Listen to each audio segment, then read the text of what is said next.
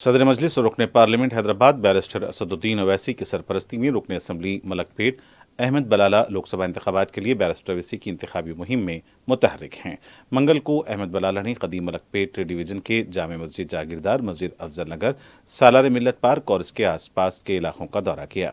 अहमद बलाला ने Tegalguda hitech garden function hall road के अलावा अतराफ अकनाफ के इलाकों का भी दौरा किया। रुकन असम्बली ने अवाम से फर्दन फर्दन मुलाकात की और लोकसभा इंतखाबात में सदर मजलिस को भारी अक्सरियत से कामयाब बनाने की अपील की। हल्के मलकपेट में सदर मजलिस बैरिस्टर ओवैसी की सरपरस्ती में करोड़ों रुपए के तरक्याती काम किए गए हैं।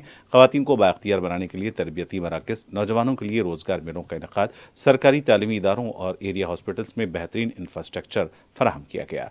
आज बैरिस्टर ओवैसी की सरपरस्ती में मलकपेट एक मॉडल हल्का बन चुका है।